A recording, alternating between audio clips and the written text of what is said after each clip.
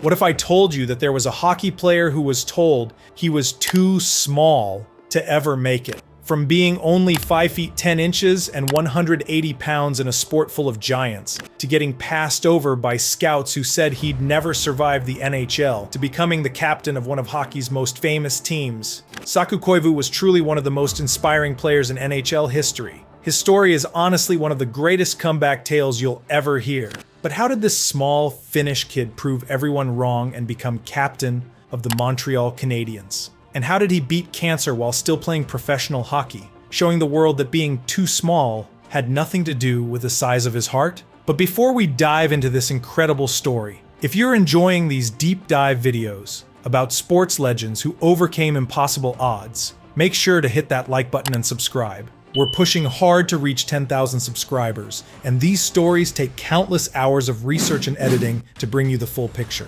Well, to find out, we have to go back to 1993, Turku, Finland, where an 18-year-old Saku Koivu was preparing for the biggest NHL draft of his life. But how does a player who weighs only 180 pounds and stands just 5 feet 10 inches convince NHL scouts he belongs in a league where the average player is 6 feet 1 inch and 200 pounds? Well, Saku Koivu was born in Turku, Finland, a small coastal city where hockey wasn't just a sport, it was a way of life.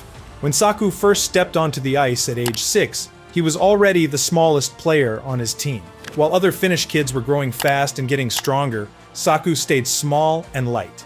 What Saku lacked in size, he made up for with his brain.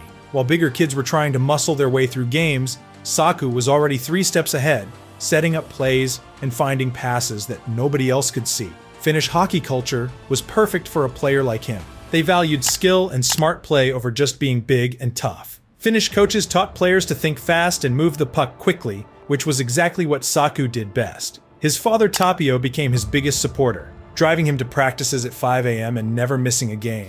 "My dad always told me that being small just meant I had to be smarter," Saku once said. "He never let me use my size as an excuse." By age 16, Saku was already the captain of his youth team and leading them to championships. Other teams knew his name, and opposing coaches would specifically game plan to stop him. But then came his first real wake-up call. When Saku tried out for Finland's junior national team at age 17, the head coach took one look at him and shook his head. "You're too small for international hockey," the coach told him. Saku was crushed, but this rejection only fueled his fire to prove everyone wrong. After getting cut from the junior national team, Saku knew he had to find another way to prove himself. He joined TPS Turku in the Finnish Junior League, where he was once again the smallest player on the ice. European hockey was getting faster and more physical every year, and scouts kept writing the same thing in their reports. Great hockey sense, but too small for professional hockey. But Saku refused to give up. Instead of trying to get bigger, he decided to get smarter and faster. He studied game film like it was homework, learning how to read plays before they happened. "I realized I couldn't out-muscle anyone," Saku explained years later. "So I had to outthink them instead, and it started working." Word started getting around Finnish hockey circles about this tiny player who was making much bigger opponents look foolish. NHL scouts began showing up to TPS games, but they always had the same concerns. One American scout wrote in his report, "Koivu has excellent vision and passing ability, but at 5'10 and 180 pounds, he'll get killed in the NHL."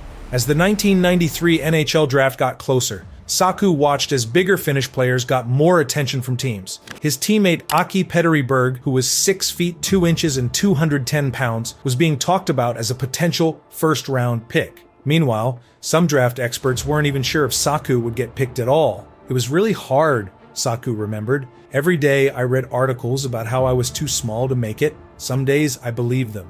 But on June 26, 1993, everything changed. The Montreal Canadiens, with the 21st pick in the first round, shocked everyone by calling Saku's name.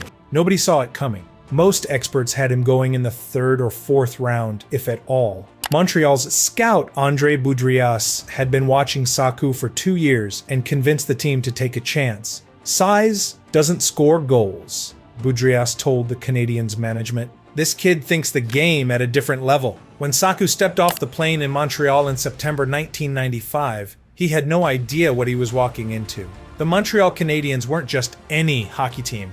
They were the most successful franchise in NHL history with 24 Stanley Cup championships. And here was this 20-year-old Finnish kid who weighed less than most high school football players, trying to make it in the toughest hockey city on earth. His first NHL game was on October 7th, 1995, against the Philadelphia Flyers. When he stepped onto the ice, he realized something terrifying. Every single player was bigger than him. The Flyers had guys like Eric Lindros, who was 6 feet 4 inches and 240 pounds, basically twice Saku's size. Those first few weeks were brutal. Saku was getting knocked around by players who were using him as target practice. After one particularly rough game, veteran Montreal player Vincent Damphousse pulled him aside. "Kid, you're trying to play their game," Damphousse told him. "Stop trying to be bigger, be smarter." And that's exactly what Saku did. On November 18th, 1995, against the Detroit Red Wings, everything clicked. Saku scored his first NHL goal and added 2 assists in a 4-2 Montreal win. But it was during the 1996 playoffs where Saku really announced himself. In Game 4 against the New York Rangers on April 20th, 1996, Montreal was down 2-1 in the series and trailing 3-1 in the game. With 8 minutes left, Saku took over. He scored 2 goals in 3 minutes, then set up the game winner with 47 seconds left. "I've never seen anything like it," said teammate Mark Recchi. "This kid just willed us to win that game." By his second season, even Wayne Gretzky was talking about him. People keep talking about how small he is, but his hockey IQ is huge. He sees plays that most guys miss completely. The 1998-99 season was when everything changed. On March 15th, 1999, against the Colorado Avalanche, Saku had the best game of his career. 1 goal and 4 assists in a 6-3 win. Montreal management was starting to see something special. This small Finnish kid, who was supposed to be too small for the NHL, was becoming the heart and soul of their team. The question wasn't whether Saku belonged in the NHL anymore, it was whether he was ready to lead one of hockey's most famous franchises. On September 30th, 1999, Montreal Canadiens general manager Réjean Houle made an announcement that shocked the hockey world. Saku Koivu, the small Finnish player who was once considered too small for the NHL, was named the 27th captain in Montreal Canadiens history. At just 24 years old, he became the youngest captain in team history and the first European to wear the C for the most famous franchise in hockey. For a quiet, soft-spoken Finnish kid, this was huge. The Montreal captaincy wasn't just any leadership role.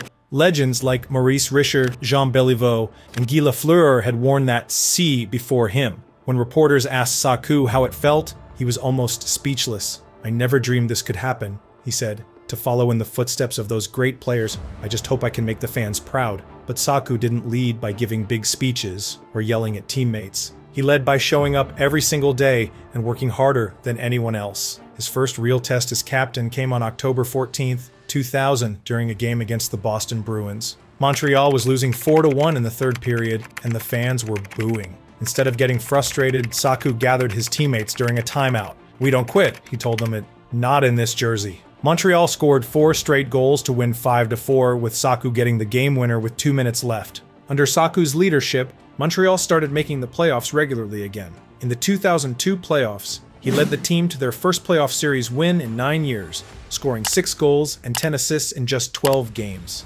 During that playoff run, opposing coaches started assigning their best defensive players to shadow him. By 2001, Saku had transformed the Montreal Canadiens from a struggling team into playoff contenders. His jersey was the best-selling in Montreal, and fans had adopted him as one of their own. Everything seemed perfect. The small Finnish kid, who was too small, had become the heart and soul of hockey's most historic franchise. He was in the prime of his career, leading his team to success and living his childhood dream. But then, in September 2001, everything changed. What happened next would test Saku in ways that no hockey game ever could and show the world what real courage looked like. On September 5th, 2001, Saku Koivu was at the Montreal Canadiens training facility when team doctor Dr. David Mulder called him into his office. Saku expected to hear his stomach problems were just stress from being captain. Instead, Dr. Mulder said 4 words that changed everything. "Saku, you have cancer." It was non-Hodgkin's lymphoma, a cancer that attacks the body's infection-fighting system. The doctor explained that Saku would need immediate chemotherapy, and there was no guarantee he would ever play hockey again. "I felt like the world stopped," Saku later remembered. "One minute, I'm the captain of the Montreal Canadiens, and the next minute, I'm fighting for my life." When Saku called his wife Hannah in Finland, she started crying and couldn't speak. The hardest part was telling his teammates on September 7th. Veteran players like Jose Theodore were deeply affected. Seeing our captain tell us he had cancer was one of the hardest moments of my hockey career, Theodore later reflected. The hockey world was shocked. Mario Lemieux, who had also battled cancer, called to offer support. But the most amazing support came from Montreal fans who showed up at the hospital with signs saying, "We love you, Saku, and fight like a champion." The chemotherapy was brutal. Saku lost all his hair and dropped 25 pounds from his already small frame. "There were days when I thought about giving up," Saku admitted, "but then I would get letters from kids who were also fighting cancer, telling me I was their hero. I realized I had to keep fighting for them, too." For 8 long months, Saku fought the hardest battle of his life. Then, in April 2002, Dr. Mulder called with the news he had been praying to hear. "Saku, you're in remission. The cancer is gone." On September 12, 2002, almost exactly 1 year after his diagnosis, Saku walked back into the Montreal practice facility. When he stepped onto the ice, there wasn't a dry eye in the building. "It was like watching a miracle happen," said teammate Richard Zednik. The real test came on November 26, 2002, when Saku played his first NHL game in over a year against the Ottawa Senators. When his name was announced, 21,000 fans gave him a standing ovation that lasted several minutes. Even Ottawa players were clapping from their bench. "I never felt love like that before," Saku said after Montreal's 4-1 win. On February 4th, 2003, against the Boston Bruins, Saku scored his first goal since returning from cancer. The Bell Center exploded with noise, and fans threw their hats onto the ice even though it wasn't a hat trick.